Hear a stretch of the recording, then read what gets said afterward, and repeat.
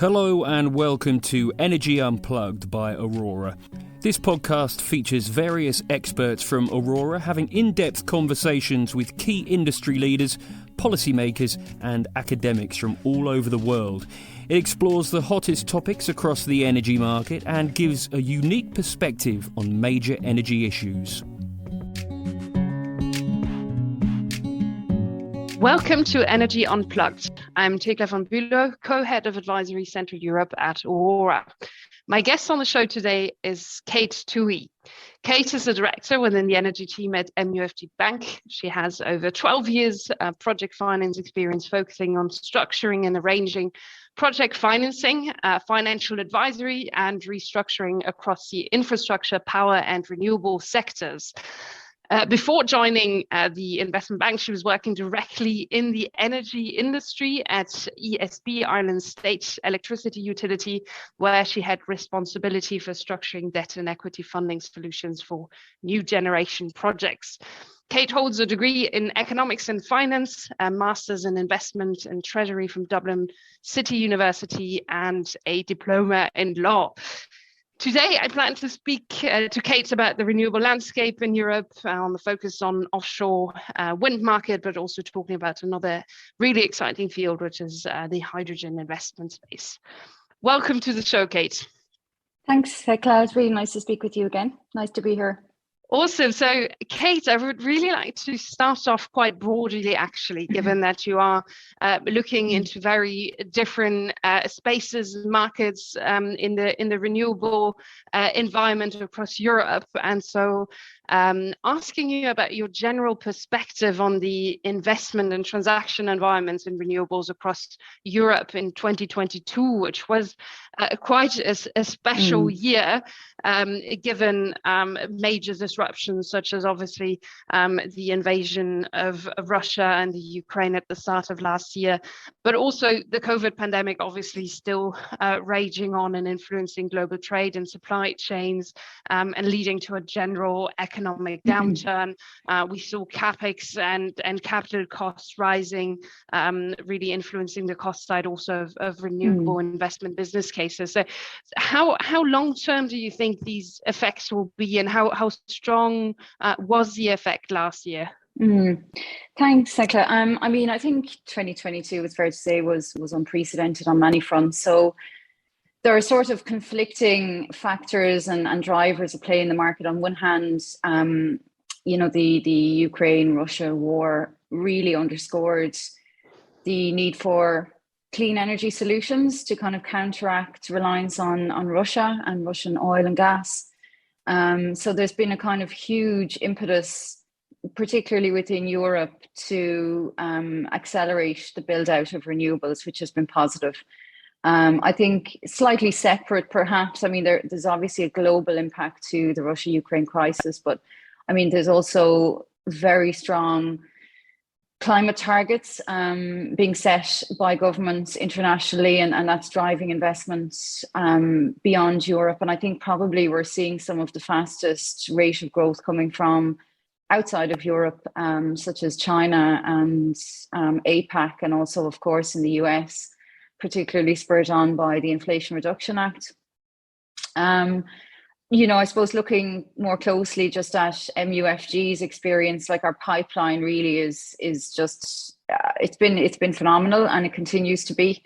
We're seeing just a huge increase in demand for finance for all types of clean energy, and that kind of crosses the whole spectrum from the traditional renewables, so offshore wind, onshore wind, solar, but then also some of the newer technologies such as hydrogen and also storage, battery storage. So perhaps out of all of those categories, maybe the most surprising over the last couple of years has been the speed of development in hydrogen. I think, we saw it as a very interesting technology even a couple of years ago. We were looking closely at the market and kind of building a knowledge base around, the various uses for hydrogen.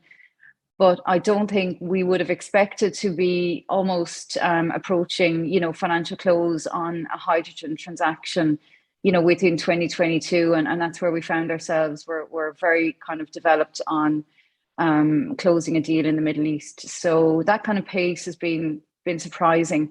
So I think, I think Forbes reported across the board, investments globally in clean energy and clean tech surpassed 1.4 trillion in 2022. It's obviously just a record level. The EU installed 47% more solar in 22 than 2021. Again, huge numbers. But when you look closely, it's quite, I think the continued pace of development will be probably a bit more fragmented. And even in 2022, I think you could see some cracks appearing in some technologies, and offshore wind in particular has had a particularly tough time in the face of inflation costs, supply chain bottlenecks, and then continued challenges with getting clarity and pushing through planning reforms in Europe, which are needed to really, I think, bring renewable development, and particularly offshore wind and grid, which supports all renewable development, to the next level. And I was reading an article this morning, which it was on RE News, I think, that was mentioning that offshore wind order books, if you like, in Europe fell by an unprecedented level in 2022 versus 2021. It's quite ironic, actually. I think, the number mentioned was 47%, which is, identical to the increase in solar investment in Europe. So we're seeing very different patterns emerge in different technologies. But I mean, rarely a day goes by or a week goes by that there isn't a new article in the press around the pressures on the big suppliers. Vestas, GE, Siemens have had profit warnings over the last year, and I think that will continue. Ørsted took a very large impairment to one of its US projects, I think, in the order of $360 million. And, the reason cited was unprecedented cost inflation. So, and I must admit, working on a couple of advisories in the offshore wind space in Europe, we're seeing that we're seeing the effects of that in real time, just the pressure across various areas of supply chain, increased costs and various other factors which have really put a lot of pressure on business cases. And I think we see that trend continuing into 2023 and beyond, where there continues to be quite a volatile environment for build out, particularly in offshore wind, for the next couple of years.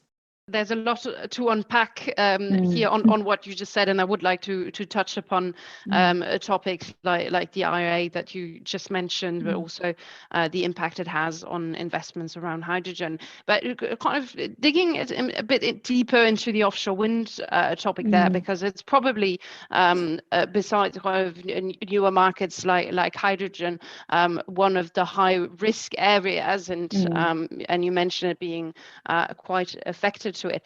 When you look at, for instance, different European markets, do you see any difference in between the different European markets? Is there some markets which are doing better, where there's a better outlook also for outcomes of auctions and the speed of development versus others?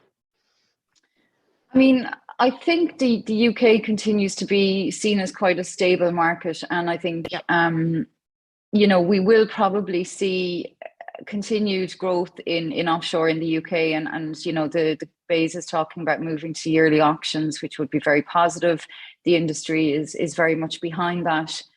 I think what we've seen with the AR4 projects is a sort of perfect storm of negative factors which impacted all of those projects really since they bid into auction. And we had the mini budget, we had kind of the interest rate market volatility, which resulted from that. You have global supply chain pressures, you have cost increases coming from lots of different areas of the supply chain. So I think there are areas where the UK market, there are aspects of the market which work well. I think planning tends to be more streamlined than we see in other countries. And, you know, there is a lot of visibility around, you know, the pace of auctions. So that's very positive.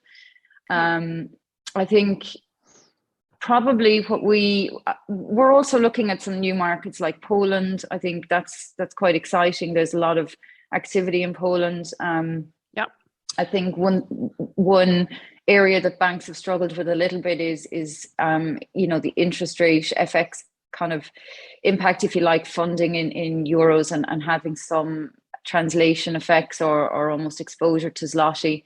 But I understand that, you know, some policies are being pushed through which will kind of address that and make those projects more attractive to financiers. So Poland has a huge pipeline, and I think again the Russia-Ukraine crisis will really underscore the pace of development there. So that's a market we're looking at quite closely. We financed our first floating offshore wind transaction in France last year, just at the very end of last year. So, you know, France is another market we're looking at closely. We're kind of excited by what's happening in France, but I think France and Ireland is another market we're looking at very closely. We're kind of advising on one of the first projects which will bid into auction in the next couple of months there. And I think, you know, Ireland and France are two countries which would probably, it's fair to say, have more complex planning regimes than what we see in other countries, less streamlined. You know, certainly I think governments are trying to address those planning bottlenecks and, you know, implementing policy which will make planning more streamlined and will take less time. But it's fair to say, I think that, in my view, planning and grids will remain challenges for the type of build out of renewables that we need to see to meet, you know, national climate targets and 2030 targets and targets beyond 2030. Yeah, it's really interesting. I was about to ask about Ireland, actually, since you were coming from Ireland. But France is also a really interesting country because they are taking a sort of a different approach in how they select investors and parties actually getting the awards for the auction. So there's this whole dialogue concurrentiel where you have a lot of submission documents and a massive proposal in that sense that you have to deliver in combination with environmental reports, etc., before you are actually selected. Whereas in other countries, for instance, in Germany, it's much more open to a broader range of investors that potentially don't have that amount of experience. So, what's your take on the right way of attracting the right investors into the space and actually ensure that the ones getting the awards are actually able to deliver and with speed, obviously? Yeah, I mean, I think what I would say is the diversity in approaches probably it doesn't help to drive efficiencies in the system, if you like. So, you know, I was talking about this, you know, with somebody in work recently, and it takes a lot of knowledge to even develop a team who will understand in detail the intricacies of each market, and having to, you know, gain an understanding for the planning and route to market and grid mechanisms, if you like, in each individual market takes a lot of bandwidth. It takes a lot of resource. So to the extent there can be a streamlining across Europe, pan-European, more, I guess, you know, streamlined approach which would align approaches in different countries, I think that can be welcomed. But ultimately, various nations will take their own approach to planning, and national legislation comes into play. So I suppose it's the extent to which you can actually really unify approaches across Europe is limited to that extent. I think, to answer your question, the French system, the bid costs are really high. We see a lot of bidders applying for each of those concession rounds. And I mean, a huge amount of time and resource goes into developing, if you like, the environmental studies and producing the documentation which is required for bid. If you contrast that with Germany, where grid is delivered, and I think quite a considerable amount of geotech and assessment is done around the suitability of seabed area before that is put to auction. So yeah, they're totally different approaches. I would imagine there is going to be inevitably a higher cost associated with an approach like the French system versus German, because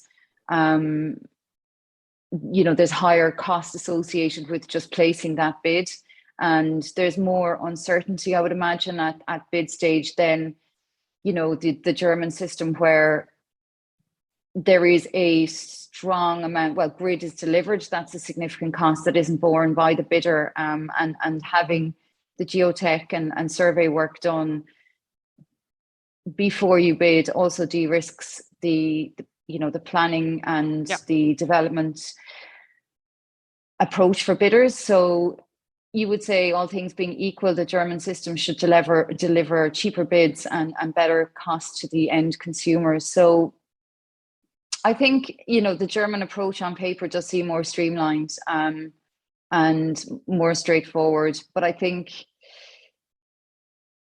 it will be. I probably wouldn't expect to see a full unification of approaches across Europe. I think we'll continue to see quite diverging approaches adopted by government, and to that extent, a divergence in pricing across different regimes, a divergence in the price required to get a project over the line in France versus Germany versus Ireland. But I think that is, if you like, it's an inefficiency in the European system. Yeah, interesting. I mean, in effect, the European energy policy was always set in a way to give a lot of sovereignty on decisions and policy making to the individual national states. I think it has been a little bit of a trend now with the stronger decarbonization ambitions, and obviously also the crisis in the Ukraine, that the European on a European level there is more coordination and more efforts to streamline, as you said. In terms of renewables, I think where it makes most sense is probably around new topics like hydrogen, and we'll talk more about hydrogen and the offshore wind space, rather than, for instance, on onshore wind and solar, which in effect is actually quite national and not even national, it's very local, the way that these technologies are being developed. But you mentioned kind of the US and China, so I do want to talk a bit about looking beyond the European perspective. So you mentioned quite this tremendous development of renewables in those two countries. What are they doing differently, and what can we learn on a European basis? Should we be a bit concerned about what they're doing? I think well, it's interesting. One of the themes that MUFG's research division released at the start of the year for what will be the big global factors which drive economic activity and drive growth in one economy over another, and I guess one of the key patterns or trends that they see emerging is more protectionism. And I think we've probably all been quite used to the idea of open global trade and increasing globalization. It feels almost strange to start to consider an era of more protectionism. But that does seem to be a trend that's emerging. And I know there was very heated, if you like, debate in Europe and even criticism by Europe of the Inflation Reduction Act as being anti-competitive towards Europe, or almost cannibalizing the clean tech sector in Europe and attracting it to the US. Just for our listeners, I don't think everyone will have heard about the Inflation Reduction Act. Maybe just to summarize it quickly for the listeners. It's obviously a massive fiscal support package by the US governments in the billions of dollars to support the scale up of renewables, but also especially hydrogen, battery electrification, and all of these fundings or tax breaks that are linked to the IRA are very much linked to projects being developed and products being produced within the US. So you're completely right. It is quite a protectionist from policy perspective. Yeah. No, agreed. I mean, I suppose where the US, it's to my mind, it's almost a very kind of true example of the agility of the US versus the EU in that, the EU will still be to some extent guided by national policy and the policy they've had over the last, 10, 20 years around state aid rules. They haven't been able to, if you like, up to now, they've been quite taken by surprise, I think, by the scale of the Inflation Reduction Act. Obviously, I think the Inflation Reduction Act offers tax breaks in the magnitude of about, $270 billion, which is just a massive number. But I think recently that's been matched by Europe. I think we're seeing now a lot of scurrying almost to ensure that Europe isn't left behind. The Green Deal Industrial Plan announced tax incentives and tax breaks in the order of 250 billion euros. So in my mind, I don't necessarily see a trade war, if you like, evolving between the US and Europe. I think that will be avoided for kind of political reasons, not just economic. I think, steps have been taken by Europe in the right direction. And I don't think Biden necessarily wants to go down the road of getting into what the Europeans consider to be an all-out trade war. But I do think that, the wider context will be increased competition between nations. I think there is, this is kind of part of a wider political backdrop. I think relations with China have cooled, and probably we will see what looks like a trade war between the US and China emerging, and even India. I mean, India is forecast to be, I think, the fifth biggest economy in the world by 2030. So, I think what's going to be an emerging trend is just increased competition for skills, for labor, for supply chain between East and West. And that's certainly something which will, I think, put pressure on Europe. I think Europe probably has more to do to remain competitive in the face of, those other nations, China, India, and the US, and probably due to, simply their agility to take very sweeping measures to grow their domestic industries and achieve a real massive build out, perhaps at the cost of Europe in terms of some of the skills and supply chain that we've had the benefit of almost being the biggest user of over the last 10 years. Just taking a quick break in the episode to tell you about the Aurora Spring Forum 2023, where you can hear more from global energy leaders. It takes place on the 29th of March in Oxford, UK, and the conference offers a full day of intellectual engagement and thought-provoking analysis, with the opportunity to network with hundreds of the most influential players in the energy sector. The topic for this year focuses on facing new realities, rethinking energy use, supply and policy in the wake of the global energy crisis. You can find out more at auroraer.com/events/spring-forum. Now back to the episode.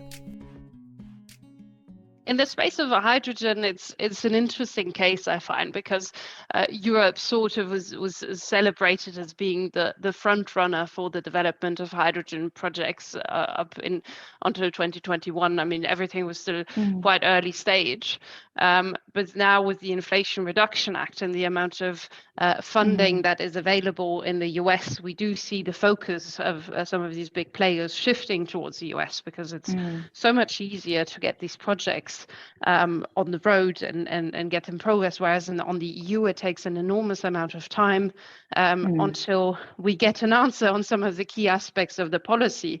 So a classic example is we are waiting for the clarification around what kind of green power is required in order for green hydrogen to be called green, right? So criterion around the temporal correlation, which is still not clear, and this is really holding projects back. So there's people are waiting, investment decisions are being postponed, power purchase agreements that are required to be closed are not being closed because it's again not clear what kind of power purchase agreements are needed, and we see that the kind of Europe really wants to do it right in terms of kind of the quality and the standards that it wants to set. But the concern is obviously that if other areas of the world, like US, put much lower kind of hurdles in terms of policy and combine that with a lot of money that is on the table, then you will see some of the projects shifting focus. In the end, there's only so much resources and people available to drive these projects forward. So there is, in that sense, a competition of focus on those new areas like hydrogen. No, for sure. I think in relation to the EU's approach to, definition of green hydrogen and the measures they've introduced to really strictly control how green hydrogen is produced and how it's categorized. Probably the purist in me would, in principle and in theory, agree with their approach. But I think what makes it difficult, as you say, is the fact that it feels like a very stringent set of policies being introduced to a very nascent industry. And again, that's in the face of, those that European industry having to compete with the US and China, where that level of scrutiny, if you like, on additionality and the degree to which green hydrogen can really be defined as green is slightly less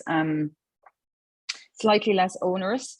I mean, if you read the the EU's, or if you kind of study the EU's approach, it's hard to disagree with what they're trying to achieve, because I think one of the criticisms of the hydrogen industry so far has been, this rainbow effect, different colors, gray, green, blue. It's pink, yeah. So, there has been, I guess, criticisms of greenwashing leveled against areas of the hydrogen industry, and really, I think what for me, the area of hydrogen production which is most exciting is obviously green. So in principle, I think what the EU are trying to achieve is honourable, and it's probably correct.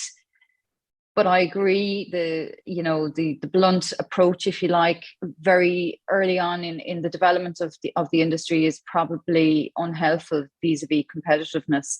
I think, hydrogen is one area where I think the EU risks really losing competitiveness against the US and China by adopting this, quite stringent approach in the next number of years. I mean, looking at the detail of it, I've read that green hydrogen producers who have a dedicated renewable plant to power an electrolyzer, but perhaps have a grid connection for other purposes, have to be able to demonstrate that grid power is not being used to power the electrolyzer. And, you can just imagine the complexity involved in even having to audit and manage that differentiation between your renewable plant and your grid power. I think there's a huge amount of just reporting and complexity around picking apart your power supply and being able to prove that and defend that, which is very administratively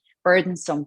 And some of these policies, I feel, they're, as I said, in principle sensible, but then perhaps not very well thought out in terms of the practicalities of implementation. But I think that probably goes to a wider point in terms of, the Russia-Ukraine crisis, volatility in power prices, the, very strong media attention that was given to, what were deemed to be extra-normal profits being earned by energy producers over the last year, has caused quite a high level of interference by governments in policy. And this is another level of, if you like, policy that's to some degree unclarified or not very well defined. But that constant government meddling in markets and policy, I think, just generally creates uncertainty. And as you said, it's hampering investment. It's hampering the market actually just stepping in and taking a role, because if you're not sure where policy is ultimately going to land, it's very hard to develop a business case. So yeah. Indeed. One aspect that you mentioned that is really core also to the whole hydrogen industry is the role of electrolyzers in overcoming grid congestions and reducing curtailment of renewables. So in the hours where there's a lot of renewable production, the grids might be congested, and the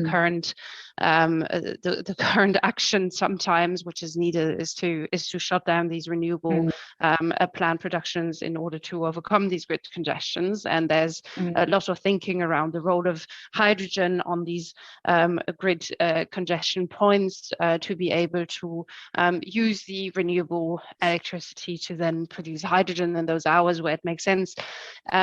Is that the business case that you currently see for hydrogen for the moment? And I say that because that's not what I see. And the other point that I find quite interesting is the issue around grid expansion and the speed of grid expansion and power grid expansion. There's a couple of really interesting projects where there is a combination with offshore wind and electrolyzers offshore, where the hydrogen is produced offshore and then actually a pipeline is constructed. What do you think about those two business cases in that sense for electrolyzers? Yeah, so to answer your first question, I fully agree. I think, on one hand, in my mind, the electrolyzer technology and, that niche solution, if you like, of being able to alleviate curtailed renewables by converting that energy to hydrogen or some other, gas, if you like, is it on paper solves a lot of problems. I think, the amount of energy that's curtailed, the amount of renewable energy that's curtailed is through Europe is probably quite a depressing number if you look at it. So it's hugely inefficient, where we have periods of very high production and that energy is simply spilled because there is nowhere for it to go. National grid systems can't take it. Interconnection isn't at a level where you can absorb that kind of peak. And, that in itself also leads to, price volatility. So yeah, the idea that we can install or co-locate electrolyzers beside very large renewable plants, if you like, that could be solar, it could be offshore wind. It's a very neat solution. I think where it's still not fully, in my mind, clear, if you like, is when you speak to the engineers, when you really read the theory and the detail on hydrogen as an element. It's the idea of storing it, shipping it, even piping it. It's not an easy one to solve.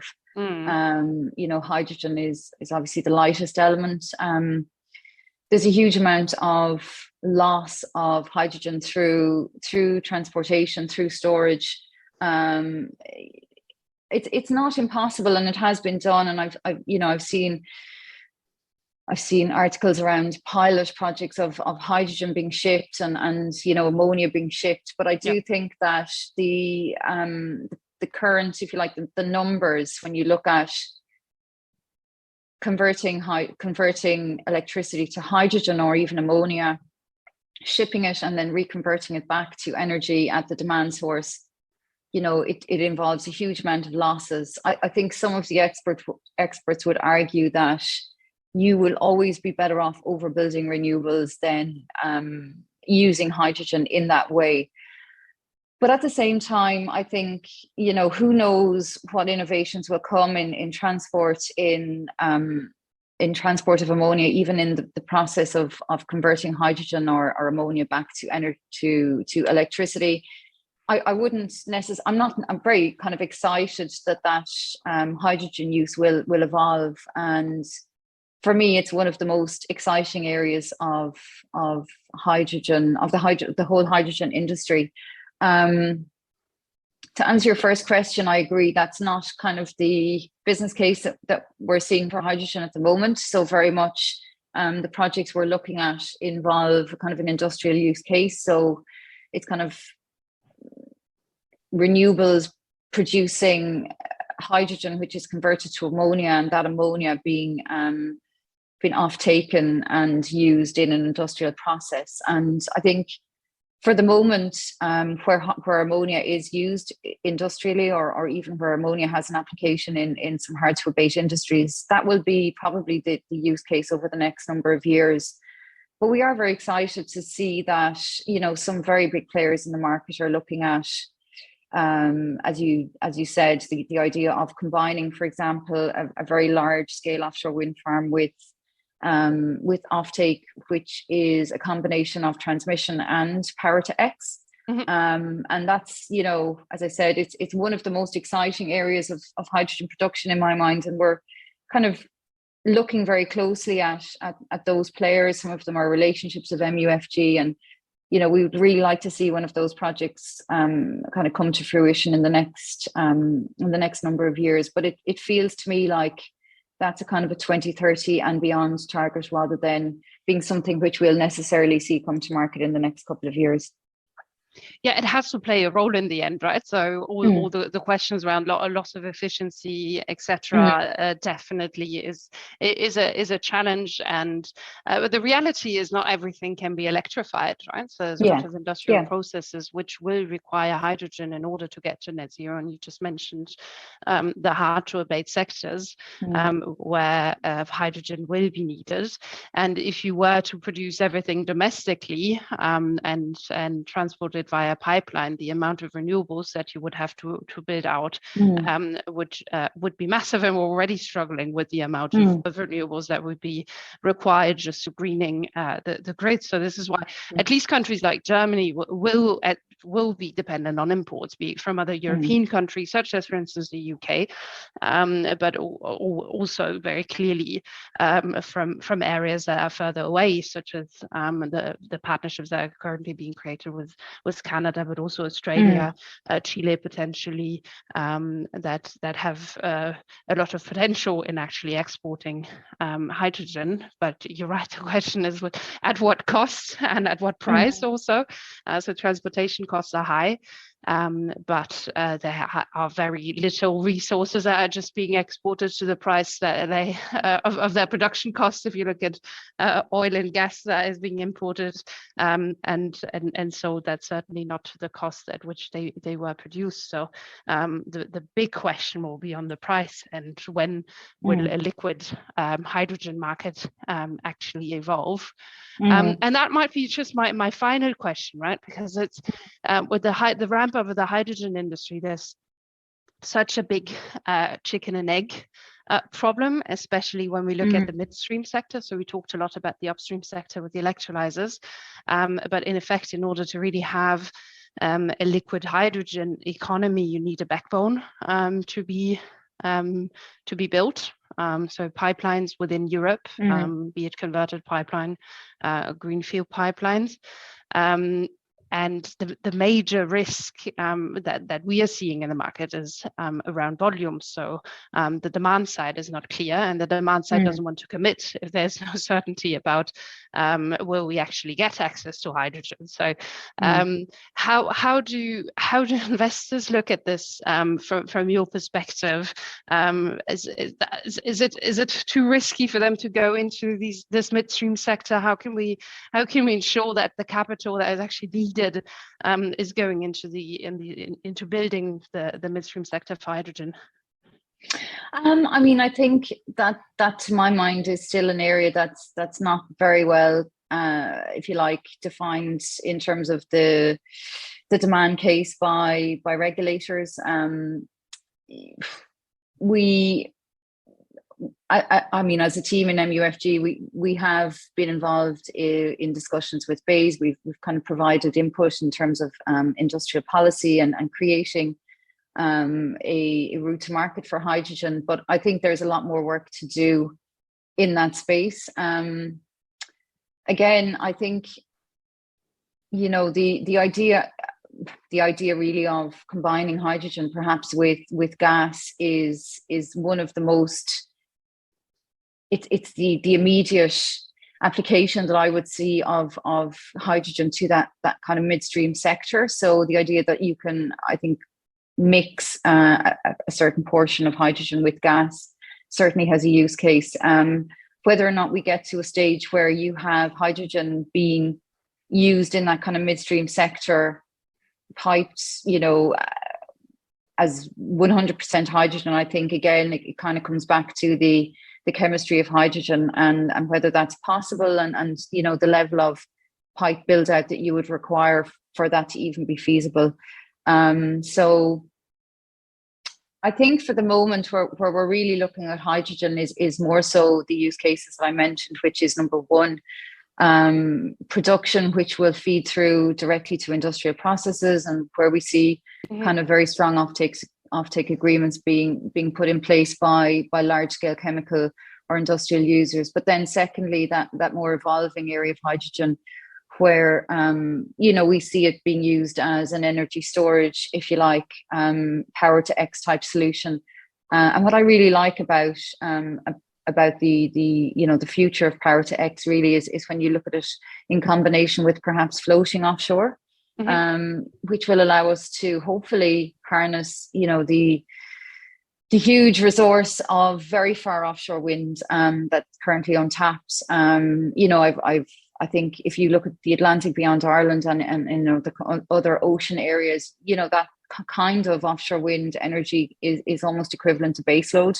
You have really constant wind resource and very high capacity factors. So if that nut can be cracked in a way, you know, floating offshore, quite far offshore, very high wind speeds and constant wind yield, and then being able to somehow combine perhaps some interconnection, some grid transmission, but perhaps more so even hydrogen production and bringing that to the demand center. If that is something which can be made economically viable, then I think it opens up a whole new realm for hydrogen.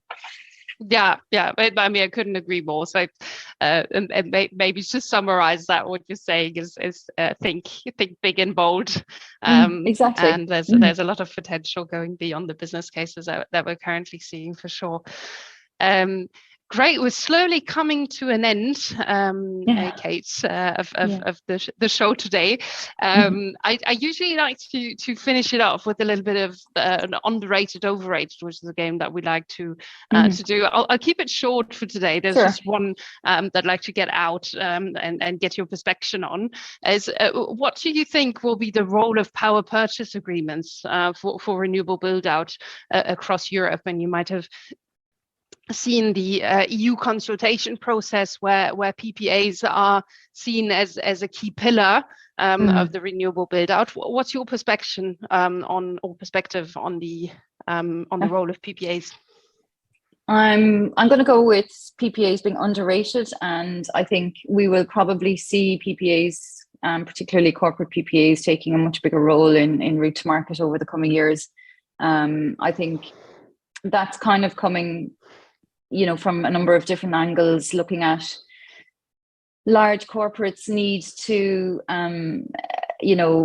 green their energy usage portfolios in a way. It's part of their wider ESG strategy, but also, given the volatility that's been observed in energy markets over the last year, I think corporate PPAs will be increasingly important to give price stability. So, I certainly see those as taking an increasing role in the industry over the next few years. Yeah. No, I fully agree. And we see already that corporates are much more interested in the whole space and willing to build up the expertise to actually go into those kind of transaction processes, as well as quite interestingly within kind of the EU consultation process, there's a bit of a light formulation, I would say, in terms of setting a requirement for corporates actually to close PPAs as part of their decarbonization ambition. So I do think there's a lot of potential in the PPA market. Awesome. Well, thank you so much, Kate. It was an absolute pleasure having you on the show today. There's a lot of topics that we covered, from offshore wind markets, risk appetite of investors in different areas, but also looking beyond Europe, talking about the US and China and the massive investments that we see into renewables. Really like your perspective about thinking big and bold in terms of renewable build out also within Europe. So it was an absolute pleasure speaking to you today, Kate. Thanks, Thekla. It was great. That was Thekla von Bülow, Co-Head Advisory Centre Europe at Aurora, talking to Kate Tuohy, Director Energy Team at the MUFG Bank. Do keep an eye on our podcast feed for more in-depth conversations with senior members of the energy industry. The best way to do this is to subscribe on whatever platform you use. Thanks for listening and goodbye.